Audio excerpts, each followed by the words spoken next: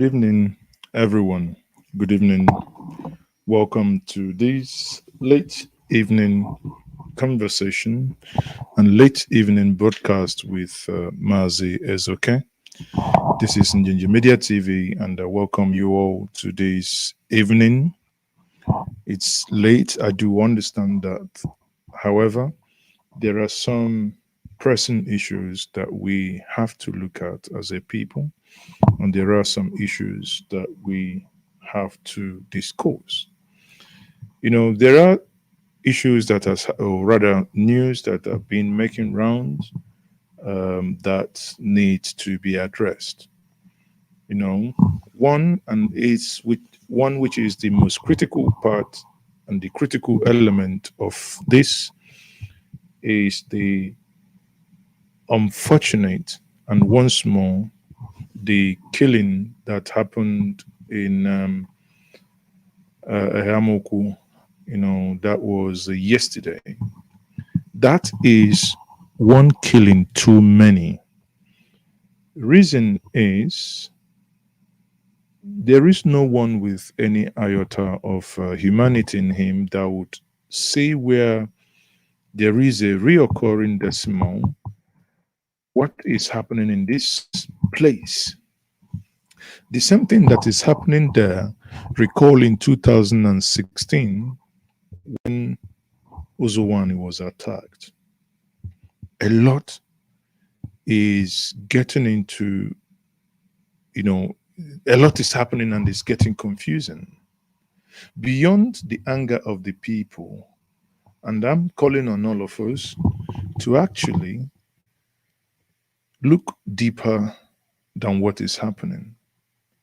I am beginning to think that there is more that meets the eye as regards to these killings. Come with me. I'm going to walk us through without really, I want to be very, very collected this evening, not get worked up or have an outburst against anybody, but let's look at something as brothers and sisters. It is very instructive to note that a community that has virtually nothing, a community that has virtually nothing. When I say virtually nothing, in the larger sense of it, a community that lacks the basic development is being attacked over and over again. Not that when the attack happens, that large chunk of money, it's not like, oh, bank in this remote part of the village or community is being attacked. Oh, because there is no security personnel there, so it's an easy target for them to do something like that. No, that's not the case. Then you ask yourself, what will be the driving force for someone to attack a community where we have our aged parents and where we have those that are really struggling where they live? Let me show us, to buttress my point, let me show us something. In the course of researching about this community, it became very clear that 5 years ago, there was this documentary. There was this documentary done by Channels TV. And this documentary actually showed the community in question, and I hope I can get the documentary to actually play here. They visited the community in question. They showed how this community was neglected. And the sad part is that even as we speak, this gated community has not been, they haven't really received that, the reason of their neglect has not been addressed. Let me put it that way. Let's have a listen to this. Eha Amufu, a community in Isuzu local government area in Enugu State, is one of the largest communities in the local government. With the importance attached to this local government, federal assets such as Federal Government College of Education in Enugu, functional railway line and route car notable tackled were set up here. The people of Eha Amufu are predominantly farmers producing rice, yam, oil, gari in a large quantity, attracting buyers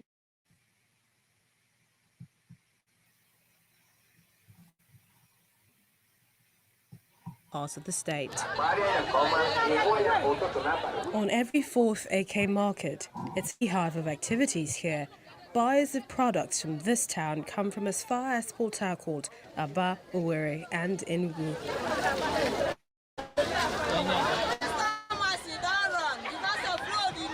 One major challenge is this bridge, the only linkway between the market and the town. The bridge, which is in a very dilapidated state, was built by the federal government and collapsed during the Civil War. The then military regime put up this hanging bridge to serve as an alternative, pending the rebuilding of the collapsed bridge. According to Mr. Ikechukwu, a one-time local government chairman, the wooden platform was upgraded to a metal plate and has been undergoing some retouching from time to time for sustenance with the help of other prominent members of the community. It was collapsed during the Nigerian Civil War, and then the then military administration put this hanging bridge. Since then, it has been spoiling, and we are getting it repaired. The bridge was covered with checkered wood. But when I came on board, because I am from this place, I know exactly what we have. As a small boy, I've worked severally as a laborer here. So I had to change the system and then bring in some experts that change this bridge and covered it with checker plate. This is what we have been managing, and on different occasions I keep repairing it so that our people can come in and then go out. We encountered what usually happens on a typical day when a car breaks down on the bridge. Traffic, stranded passengers, frustration, all rolled up in one. So all hands must be on deck should they need this to pass by as fast as possible. It's been years of losses as told by this community member. If I'm not mistaken, the bridge has been like this for the past 15, 20 years or even more than. And many people have lost their life on that particular bridge, on even this road. So there's nothing we have not done for government to attract the attention of the government to this road. You cannot come to this place on rainy season without a story to tell, or towards December. You will have a bad story to tell about this road. This poor bridge has hampered economic activities in the area, making it difficult for buyers to come in, and when they eventually do, the prices of the products bear the brunt, not minding the efforts put into production. We have been cultivating a lot of things in this community, but because of this road, no vehicle to carry it. Even if they try to come, they will price the goods very low and take it outside. So the farmers are suffering, the business people are suffering, even the civil servants. Some civil servants, top people that are supposed to live in this community, all of them are packing to Enugu because of this bad road. So we are missing a lot. I hope if government can come in here, there will be improvement, and even in the life of us. Some of us that are graduates here, no work. The bridge, when fixed, will not just open up the place, but also give easy access to people going to the northern part of the country from Abakaliki and Cross River. Another former local government chairman, Professor Sam Ugu, said the road has been awarded on several occasions by the federal government, but never fixed. Obolafo, Ikem Eha Amufu Nkalago Road. It's a federal road. Every year it is in a budget, and nothing happens. Under Shagari administration, they did it from Obolafo and stopped at Ikem, The current administration has also done it from Nsukka and stopped at Ikem. They are yet to move towards Eha Amufu, and we don't know why they have not done that. And it's a very important road. It links Enugu, Ebonyi, and Cross River. But the federal government is not doing anything about it. So many belly bridges are there begging for attention at this moment. Well, it's good they have brought it to our notice. We look at it. After all, we have intervened in so many of these roads, and then we'll look at it and see what can be done. But it is important to mention that that is a federal road. You know, it's supposed to be a federal project. And then I think the first thing I would do, since you have mentioned it to me, is to bring it to the knowledge of Federal Minister of Works. We relate, we discuss issues that have been interviewed on this particular project, and they need to do something. Their response will now determine the next step we can now take. It's an Okay. Now we've listened to this, and all you can hear is thread of blame game. You might be sitting down wondering, how does this link to the killings that occurred yesterday? Not only the killings that occurred yesterday, the killings that occurred before now, 3 weeks ago. Before now, also, there was also a killing that occurred in about a year ago, 5 years ago, and so on. Why do we have this weak link in this chain? Why does it appear that there is a weak link there? I am not a student of conspiracy theorists. I'm a realist. But I also want to kind of begin to think, why does this happen? Is it that we have men who are incapable to govern in government? Those who are incapable to govern. Those who do not know that something as common, I'm emphasis here, something as common as a bridge. That bridge that we saw there is not up to half a kilometer. There was a bridge in Anambra State called Odo Bridge, ODO Bridge. You can Google it. When something like this became a reoccurring decimal, the then Anambra State governor constructed a bridge, and that is Odo Bridge, that is about 1 kilometer stretch. That was a state government, and that problem was solved. Why am I bringing this up? Where is the link to the incident that happened? The question is that what we must then be asking is it that the people governing Enugu today are actually enjoying what is happening, the massacre, the mass killing of the people in that place? If I go to Google and do a search of Eha Amufu, you would obviously agree with me that Eha Amufu in Isuzo is a border community that borders Benue. What it means, people, that when you hear things like Agatu killing, the killings in Benue that makes Autumn to come on TV and, say all these things he says, that what that is showing us is that the killings in Benue are overflowing into the southeast and invariably into Enugu State. That is one plank. The other plank is, has it occurred to us? Now, let me fly a kite. Permit me to do that. Has it occurred to us that there might be something that we are missing here? These things, like the one that happened yesterday, story has it that it's done by the Herdsmen.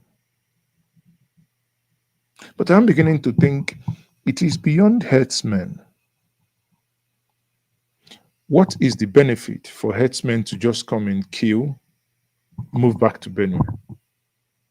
The bridge we talk about now becomes an issue. If the security agents are in the other side, how do they quickly move in to tackle what is happening there?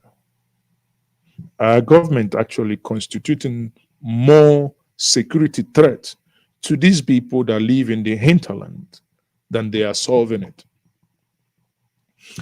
Are there things beneath the soil in that place that certain people have interest in, while those that you have ceded your power, those you have ceded your right in the social contract of governance, is there something we are not catching here, people? I said, permit me to fly this kite, that there is more to this that meets the eye. Obviously, it doesn't make sense. You move in, you kill people, you run away. For what end? The people you're killing, these are people as hungry as the person killing them. These are people that are so vulnerable. These are people that cannot go to the city. Recall one of the women interviewed in the clip you watched when she was asked, and she said, well, that even civil servants, they all move to Enugu and they don't stay here even when they posted there. If that be the case, why is the government of Ugwanye in the last 8 years ignoring these people? Yes, I am calling out Governor Eha Ugwanye. He is the chief security officer of that state. Story has it that the military left before the attack happened. Where are the forest guards of Enugu? In which forest are they in? Where are the vigilantes in Enugu? Where are they protecting? Enough is enough that the people whom you have sworn an oath to protect, their lives, their properties, die every single day. No one is held accountable. And the saddest part is, up to now, unless as you're watching me, what's the time? It's 15 minutes past 11 at the ground zero. If you're watching me and you think that there is a place that the governor has made any speech condemning it, tweeted it, anything about that, or has visited the community in question, please do let me know. Were this to be at the federal level, all of us, myself included, will be calling out the president. Oh, he hasn't gone to visit where something like that happened. But please, before we take the cutting off somebody else's eye, let us also take the plank in ours. Don't tell me because the governor is my brother by mere association of my tribe that therefore I should keep quiet. He hasn't done the needful. These are people who voted them in, but totally ignored. Not that they have road, not that they have running water, not that they have basic security. Now appears that they also lack empathy. Over 24 hours, getting to 48 hours of these attack. And the government in question in this state appears incapable of doing anything to the basic of even paying them a visit, empathizing with them, putting structures in place to ensure that it does not repeat. We cannot come every time online we keep regurgitating the same thing. It doesn't make sense. There comes a time where government must wake up and do the thing that government must do. You watching that bridge, you hear about the bridge was built after the war, and you think that Enugu State, if they have human feelings and they want to build this bridge, that they can build it. It's an insult. The other person will tell you that's a federal road. The other one will say that's a federal bridge. I don't know what's happening here. Sorry.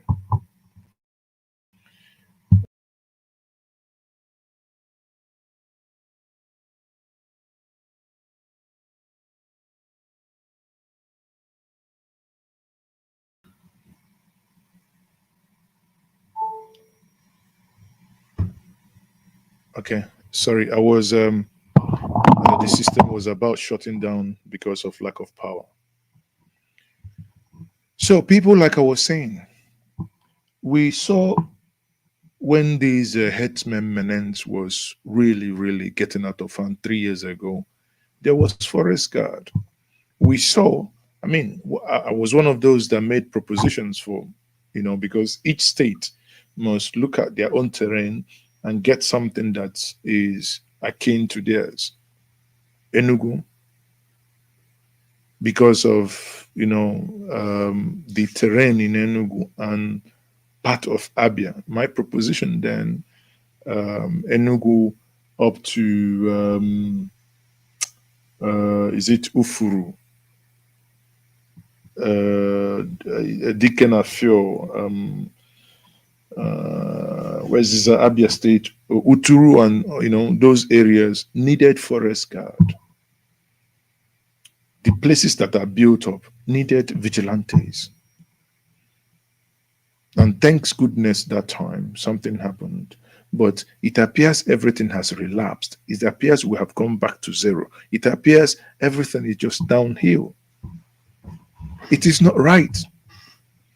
What are they doing in the government house? Why are they not all today in there? Why is someone not answering questions? If it is true that the soldiers, disappeared from the scene before this incident happened, why is no one being held accountable? Why? These are the things that bothers me. Why is no one being held accountable? If we can criticize the president for not doing X, Y, Z, here then it is our turn because the person there ties the same headscarf as ours. Then we must also hold him to account. Every life is sacred. It doesn't matter who takes that life. You, my brother, herdsman, terrorist. It doesn't matter. Every life is sacred. No one has the right to take your life. And anyone who takes your life, be it your brother, be it a headsman, be it a terrorist, be it a bandit, that person must pay the price. It is really, annoying that we have this recurring decimal. When you watch this video again, you tell me, how can these people say that they are citizens of a country and they are living in this manner of places? How? How does that happen? Look at it. How does that happen? These are people in their own place of birth. Look at the breed. Urgent call for both the federal and state governments to take a proactive step as the rainy season sets in. Look at it. Yeah. Honestly, people, no matter how you think about this, I'm genuinely not happy. And for those who've lost their life, we speak on their behalf to say that they needed not to die. They should have not died. We collectively, especially those in government, failed them. Shame on you for failing your fellow citizens. for doing, for ignoring to do the basics. Had you built the bridge, maybe for reinforcement, it would have been much easier for the security agents to move through the bridge. But tell me who would want to, security men are also human. Tell me who would want to move through such a bridge at night with speed. How? If any of those pans flies away, they all sink in there, they all die. Pure madness.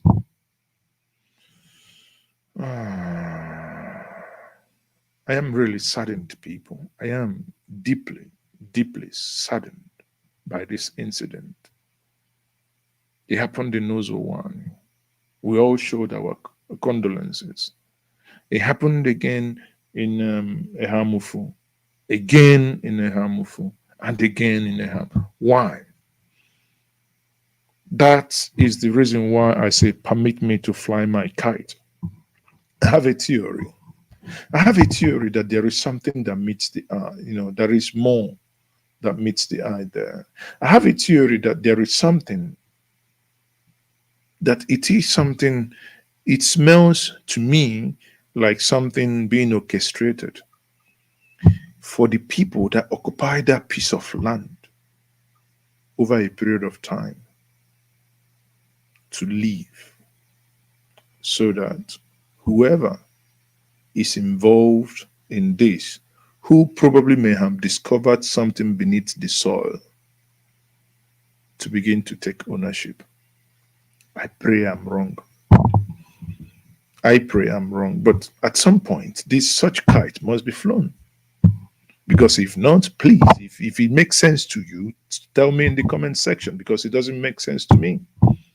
I do not know what it is, but it doesn't make sense. It doesn't make sense that you wake up, you go kill people 10, 15, 20, just like that, and you move away.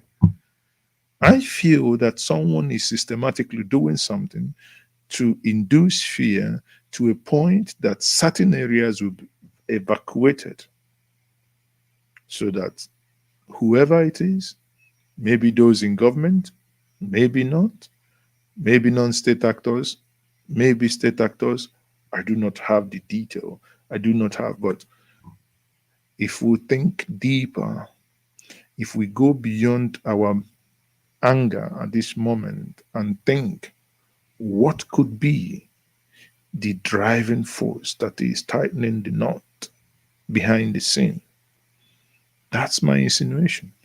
I pray honestly that I'm wrong. I pray that I don't. Anyway, people, it is indeed sad. It is indeed sad. I am deeply, deeply sad. And I say, may the souls of our brothers and sisters, may the souls of our parents, may the souls of our neighbors, may the souls of everyone who died in those and in that senseless killing rest in peace. May their killers, may those who were laid them while they are asleep, may they never know peace. Whoever they are, may they never know peace. Amen. So everyone, that is on that plank. Now, the second phase and second part of this, I think many of you are also aware, or if you have seen the news that Doyin Okupe, the DG of the P2B campaign, has been sentenced to 2 years in prison over money laundering that occurred during, call it money laundry, call it anything. It's before I'm taken out of context. Let me actually bring in their rights team to have this bit of the news, and let's quickly analyze that news. Ojuku of the Federal High Court, Abuja, has found former senior special advisor in the Jonathan administration, Doyin Okupe, guilty of receiving over 200 million naira cash from former National Security Advisor Sambo Dasuki. The court sentenced the former aide to 2 years imprisonment with an option of 13 million naira fine. Judiciary correspondent Celestine Area reports. The Money Laundering Prohibition Act provides that no individual or organization shall receive any sum above 5 million naira and 10 million naira respectively without passing through a financial institution. Justice Ojuku held that there is no evidence that the money received by Mr. Okupe passed through any financial institution. She also noted that the NSA was not a financial institution, and even if the president said to have authorized the funds, he did not say the money should be paid in cash, in violation of the Money Laundering Prohibition Act. The court found the first defendant, Doyin Okupe, guilty in counts 34, 35, 36 to 59. The defendant was not found guilty in counts 1 to 33 on grounds that the prosecution failed to establish a charge of money laundering and a criminal breach of trust and corruption against the NSA. Mr. Rohaye, citing Section 310 of the Administration of Criminal Justice Act, urged the court to stand down the matter to enable him co-witnesses that will attest to the good character of Mr. Okupe. The court heard from a witness who pleaded with the court for leniency. Justice Ojuku subsequently sentenced Doyin Okupe to 2 years imprisonment on count 34 with an option of a fine of 500,000 naira. The court also sentenced him to 2 years imprisonment on count 35 to 59 with an option of fine of 500,000 naira. The court noted that it refrained from making any custodial order, but the convict is the property of the state. The sentence should run concurrently, and in the alternative, that it should pay 500,000 naira each of the count for 26 count charge in which he was found guilty of collecting money in excess of 5 million. And the court has said that he has up to 4:30 this afternoon to sort out himself by way of paying the fine if he can. But if he cannot pay it, then he will now be taken to Kuje prison. Corruption. What is different? What is corruption? Is it not corruption? That money that you are not entitled to, you will go and collecting it without even minding that money was in excess of the money, the amount allowed by law. Is that not corruption? So he has been convicted, and then if by the time we get the judgment proper, we will still study the judgment and look at the other counts that he was discharged and acquitted. Mr. Okupe is currently the Director General of the Labour Party Campaign Council. Okay, so now, people, for those of you who may not know what is happening here, this is a case that, during Goodluck Jonathan, there was this campaign money disbursement. That campaign money were given to Olisametu, Ruben Agbati, Doyin Okupe, obviously Dasuki himself, the disposer of those funds, and many more people, even FKK, Femi Fani Kayode, right? And who else? I can't remember if Obanikoro was amongst, but anyway. So these monies were disbursed.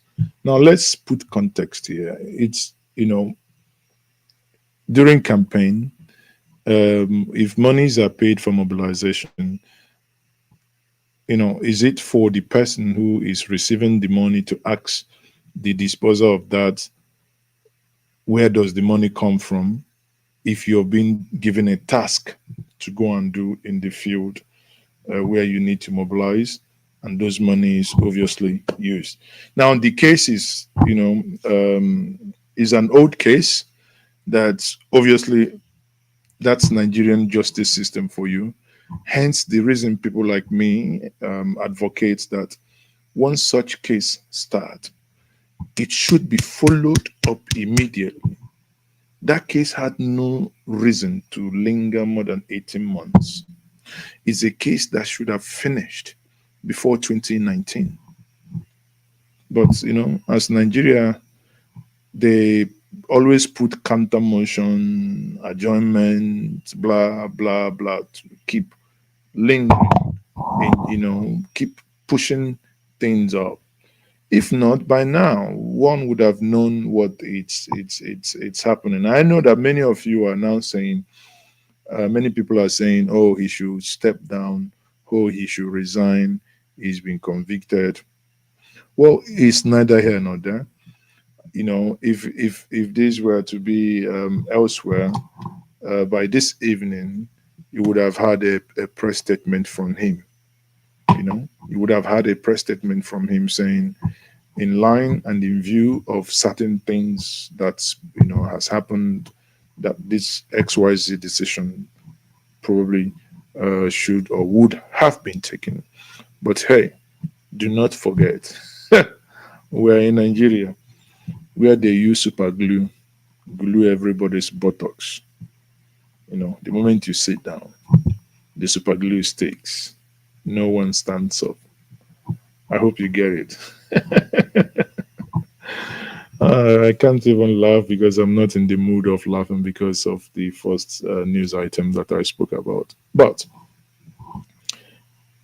even at even if we leave Doyin Okupe's case, if we leave that case and we move into a second one, which is Emefiele. Now, I hope many of you know Emefiele. Emefiele is the CBN governor, the governor of the central bank. Are you aware that DSS, Department of State Security, wrote a protest letter, actually gone to court to extract ex parte order to have the governor of the central bank arrested? You see, Nigeria is a weird place. When I thought that Buhari should have relieved Emefiele, I'm not defending Emefiele, don't get me wrong, I'm not defending, but when I thought that Buhari should have relieved him of his duties, is when they bought form, that was through proxy, when they bought form for him 100 million. When over 50 Sienna vehicles were seen being plastered by Emefiele for president, right, left, and center, when people were moving money, saying that they were working for Emefiele, I think that's for me when the Rubicon was crossed. But now, the reason why they want Emefiele out, according to the civil society that blew the whistle, was it yesterday or today? It's actually, you know, funny to say the least. And in as much as I'm not a supporter of MFLO, but on this one, I say, nah, MFLO is not going anywhere. You know why? Because those that want MFLO to go are only doing it because of the laws Buhari. That is because of change of naira and the new CBN instruction or directive that as an individual you should not have more than 100, you should not withdraw more than 100,000 cash per week. And I say I like it.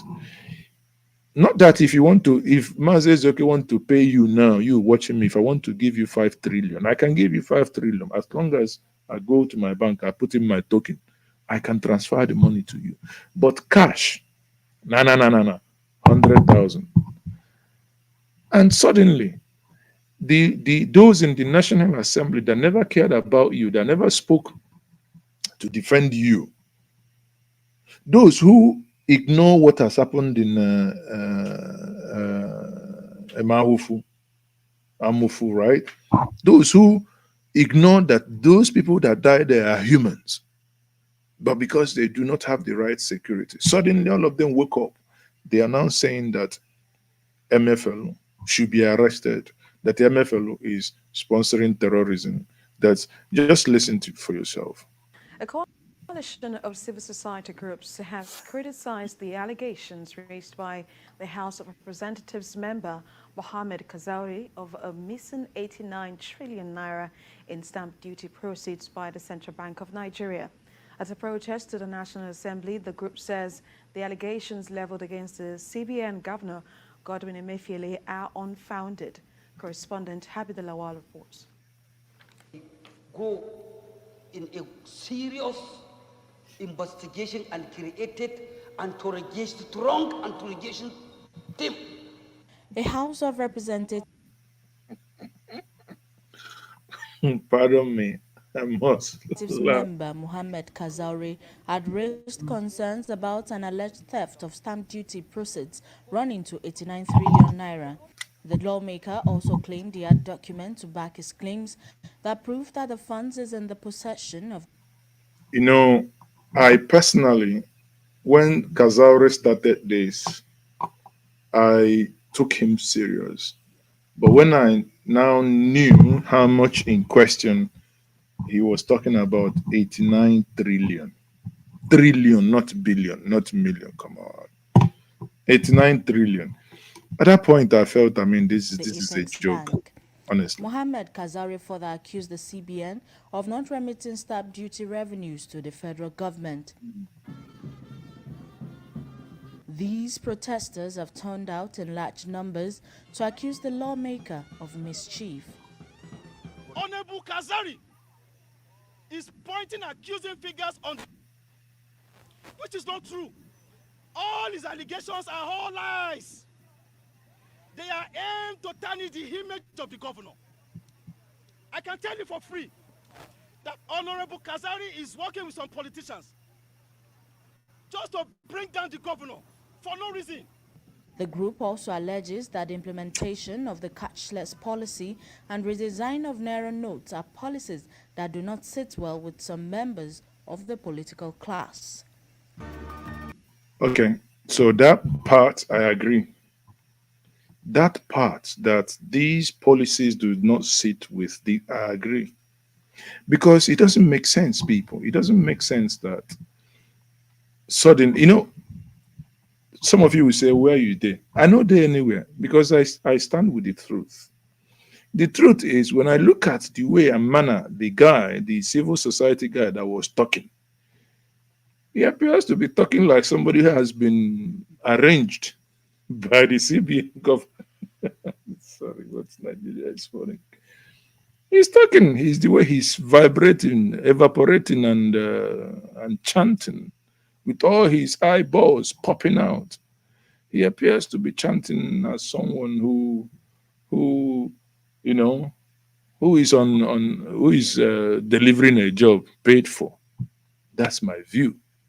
Allow me to hold it.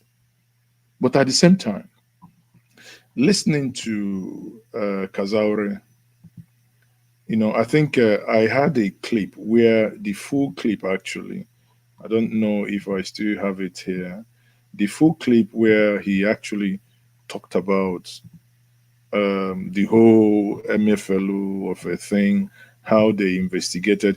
I think if you guys recall, I think sometime last week I did actually maybe play that clip here where he was busy talking about the billion, the trillion. That's the way he was. That's the way he was really calling it, billion and trillion.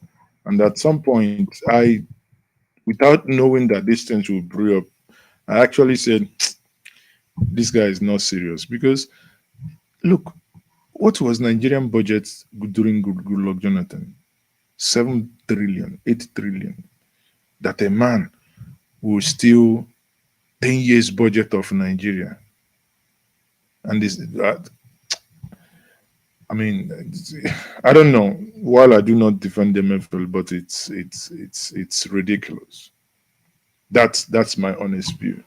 It's ridiculous. One man will steal 89 trillion. Ha. Wow. When I take suffrage, they call this money because at some point the way we call this money as if it means absolute nothing. It makes you don't want to ask yourself, I mean, are you in the wrong place? How can this kind of money, you know, be? How can they be calling this type of money? And people are still in hunger. But irrespective of whatever, but I think honestly that there is no way, in my view, and probably that's why the president. Let me see if I can get the video, because that's when I think why the president actually ignored him. You know, but if we must begin to deal with something like this, then the question is, why are we not dealing with the man who was also seen in a video pocketing trillion in dollars, pocketing millions? Why did we also not deal with that too? Because these are things that may also be of interest to us. These are things that, if we really want to, look at what it's happening in the system, we'll begin to ask comprehensive questions, not only to the CBN, but to other agencies. And someone said recently that there was this man who stole, what's it called? This man who stole, the accountant general who stole billions. Was it 109 billion? And he returned 900, is it $900,000, and that's it. You ask yourself, how does that work? Please tell me, how does that work?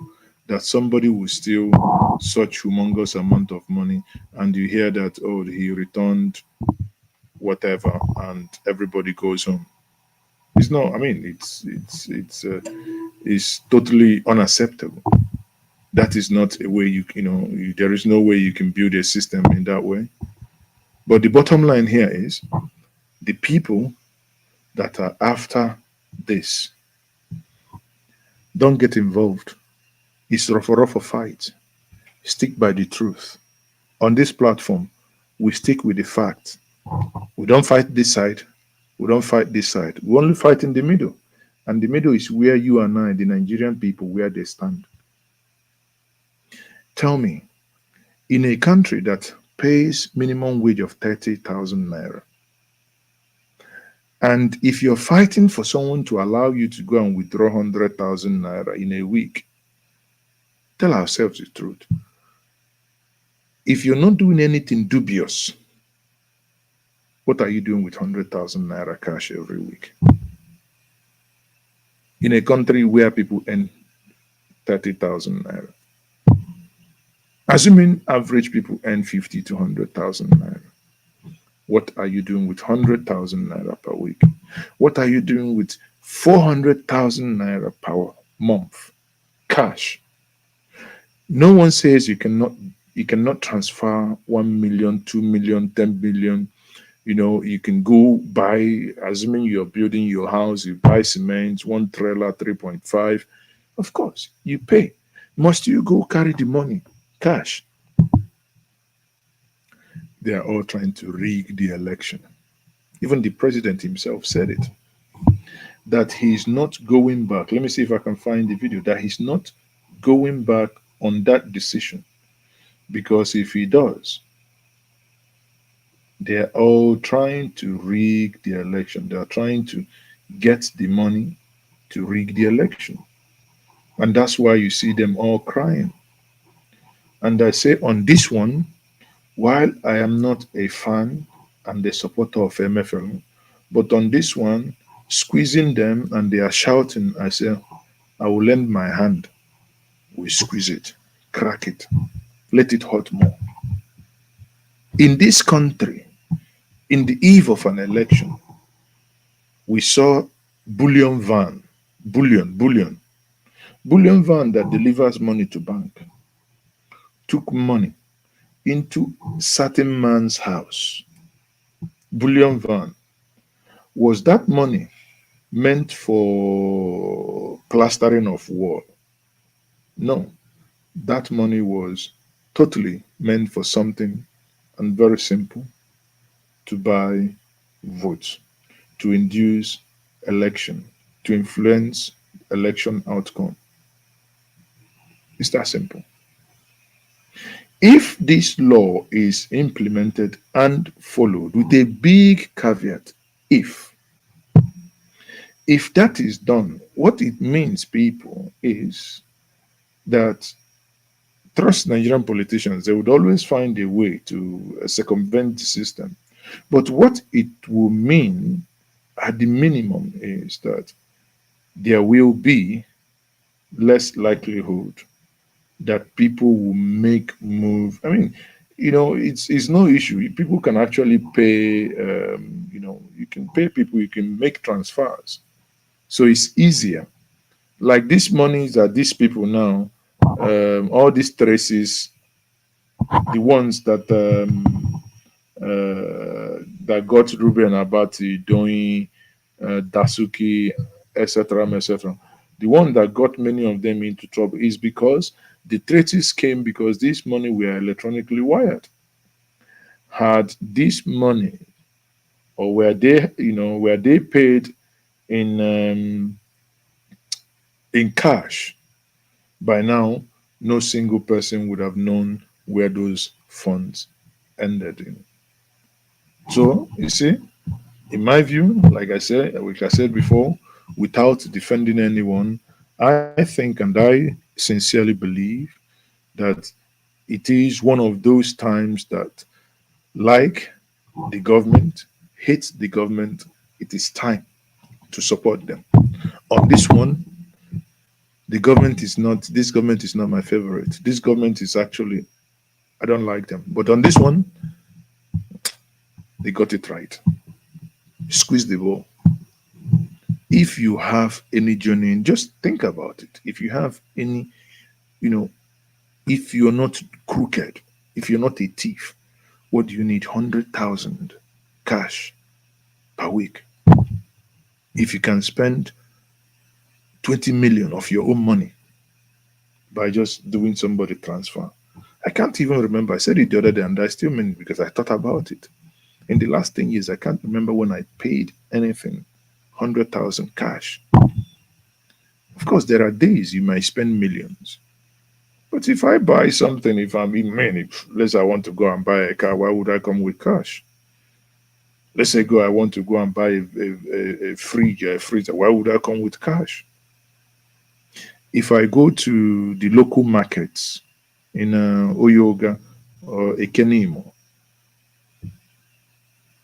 I may need 10 or 20,000 to buy my sour shop, to buy my breadfruit, okwa, to buy my palm wine. Even now, my tapa doesn't even take cash. My tapa is digital because you need to book ahead of time. Tell your guys 5,600 a gallon, but you have to give him the money in advance. So you pay him. He been tapping your wine, you've been drinking it, but you have never given him cash. But you pay him all the time. So let's think about it. And my argument is that any unbanked person that can spend 100,000 naira cash every week must be banked. Let no one come with the argument, oh, what of those in the villages? Your mom in the villages spend 100,000 naira every week cash. I don't care. Your mom can spend 10 million. But why? The question is your mom in the village spending that money in cash? I tell you, Amaka says it's a sophisticated tapper. I tell you, it's not. Even if he has a Nokia 3310, all you know is that when this thing comes, and he said the thing is, sometimes you are very likely to even miss your wine if the network hang your money. The man will be arguing with you, Chief, I haven't gotten your money. But maybe sometimes on self-recognition, knowing that okay, chief, you have not actually failed me before, then I'll bring you the tap. But even when he's bringing the palm wine, he's still reminding you, chief, the money hasn't entered. Maybe you give me cash. If he comes, I'll bring. I say no, no, no, no, no. I can't give you cash because giving you cash is akin to giving you double. It's like somebody taking paracetamol with holy water. You don't know which one that is working. Hmm? So, people, thank you very much for being part of this. Sorry, it's a late night. I do not want it to get into the middle of the night. I am still Mazes, okay? And please, please, please, if you're from Enugu watching me, I think what we may have to do, because I find it very sad that 24 hours, getting into 48 hours that the incident happened, the Enugu state government has not addressed the people of Enugu, has not addressed the people of Emuahufu, and has not issued any form of release, unless they've done and I have not. Normally, I do get their press releases, but on this occasion, I haven't. And hence, I am condemning the attack on this farming community, and at the same time saying that I stand here to say that I am also condemning the actions or inactions of the Enugu state government, because one would have expected them to have acted faster than they have done now. Empathy must be shown. If people are massacred in their numbers and every one of us is shouting, "Oh, President Buhari, where is he? How can't he go?" Now, we must use the same mouth to shout, "Governor Ifeanyi Ugwuanyi, imetaria, nwoke m nụọ gee ntị ha na-agwa ya ihe a bụrụ politiks. Enwere etu a esi wee gbuo ndị mmadụ, ndị na-achị achị dị ha ka a ya egbu, and I hope na ndị na-alụ ya ọlụ ya forwardly this video ka i wee malụ na ya agwa nwa ya eziokwu. A sị na nwanne onye ala na-agba egwu n'afịa, na ọ bụrụ na ihele adị eme onye ala na ihele na-eme nwanne ya, aka uku anya ya n'aka ya, okeke nwaanyị dị ntị njọ. Na ọ bụrụ na ndị na-achị ka ndị na-asị na ndị na-achị efi ji ebe efu gbuo ndị mmadụ ịgbachi nkịtị 12 hours 24 hours, ọ bụ nnọọ nne gị maọbụ nna gị maọbụ nwanne gị ka eme ife iso ya anọla ebe ị nọ nọpịa ike. Mana ọ bụrụ na iso owu ike na-amachaghalị na-ama ka kọndọktọ unu a na-amachaghalị, ndị lu ebe efe a na-agụla unu idependem ideswitos idepem na-eme ka ụmụazị na-akpaghalị na gọọmenti ịchị ọchịchị ọrụ for mmadụ ime ya. This is a serious business. This is about life. Ya bụ life ndị na-achị achị ka a na-ekwu ya. Biko anya fat ọ bụrụ dị n'ọhịa owu unu, biko nọọ ihe ikwesịghị ime. Ọ bụrụ biko ọ dọrọ gị mma ilitua, gụnwa bụ chief security officer of that state, so kwesị je malụ na ihe na-eme ebe a, you nweta your own first hand assessment. And ka m na-agwa gị nke bụ eziokwu, whoever is going to be the governor of Enugu state, you see that bridge, don't wait on the federal government. It was done in Anambra, go and do it. It's just like when it comes to second Niger bridge, I don't even know, I blame Anambra and Delta. I've been saying it, Anambra and Delta, you can actually go and do your fourth Niger bridge, link it, can use your own brain now. You can actually do the rails, you can do it on your own. Oh, exclusive list does not allow me to do this, it is a lie. You can do light rail in your state. Take it from Onitsha. When you get to Amansi, call it yellow line. Enugu, pick from Enugu, go to 9 Mile, call it green line. Get to border with the Ebonyi, stop there, Ebonyi peak, take it to Calabar, call it blue line. So that those areas, those boundaries become interchange. If really we want to do these things, we can do it on our own. These excuses of, oh, the constitution is stifling us. But the constitution is not stifling you people from stealing the money. But it's only when it comes to working project, it's stifling you. Anyway, that's a conversation for another day. Thank you all, everyone, for being part of this. And I am still Mazi. It's okay. Sorry, somebody shared something. Let me quickly see. Um, hold on. Oh, okay, I thought I saw a link. When you policy in Enugu is in the hands of God. He's, I beg, I do not, let no one tell me such, such thing, that the policies, that things is in the hands of God. I beg. I know, I agree on that one. In the hands of God. Please, if the thing in the hands of God, make we go take him. Make we go, we tell God to give us, make we solve our problem. After all, God did there. When Satan the para for heaven. Instead of him to kill Satan, he pursue and come. Make we go take him from his own hand. We'll sort him out our own way. Anyway, that's my own. I don't talk my own, but I am really, really, like I said before, really not happy that something like this will happen in our place. On that note, I say good night to you all. I am Mazes, okay? In 6 days, it will be Christmas.